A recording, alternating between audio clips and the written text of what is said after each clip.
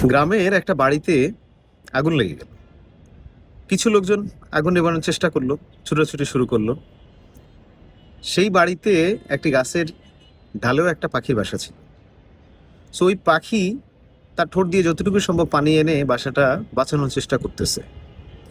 তার এই পরিশ্রম দেখে একটি কাক হাসলো আর বলল উপহাস করে যে, তোর এটুকু পরিশ্রমে কি তুই কি আর বাড়িটা বাঁচাতে পারবি?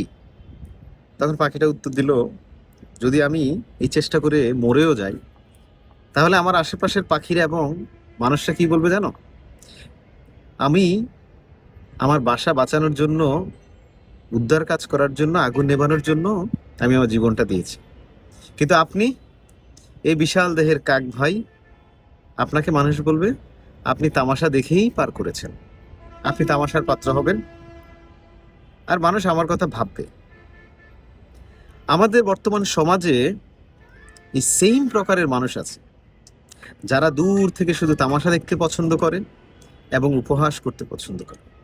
না কাছে গিয়ে আপনাকে বুঝাবে, না কাছে গিয়ে আপনাকে একটু হেল্প করবে। আরেকটা দল তৈরি হয়েছে, যারা এই দুইটার কোনোটা না করে দাঁড়িয়ে দাঁড়িয়ে ভিডিও করবে এবং ভাইরাল হতে চাইবে। এই হলো সমাজের আমাদের বর্তমান অবস্থা। দোয়া করি যাতে এগুলো থেকে আমরা বের হয়ে আসতে পারি।